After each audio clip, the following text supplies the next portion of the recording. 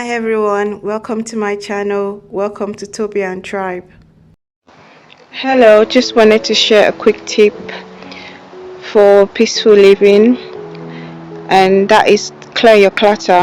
I think we hold on to old emails, old clothes, things that we don't need, things that are just building up and piling up in our lives that are not necessary. Once you've read an email, get rid of it, delete it. Your old clothes that you no longer need, donate them to charity or throw them away if they're not good enough to be given to others. Old papers, old magazines, things that are just lying around that affect our well-being.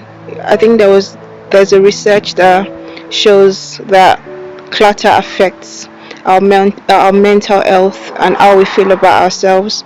So when we get rid of clutter, we feel better, we feel healthier. We have room for the things that truly matter, and we make the room for the things that truly matter to us. So get rid of clutter and invite the things that are important to your life. Thank you.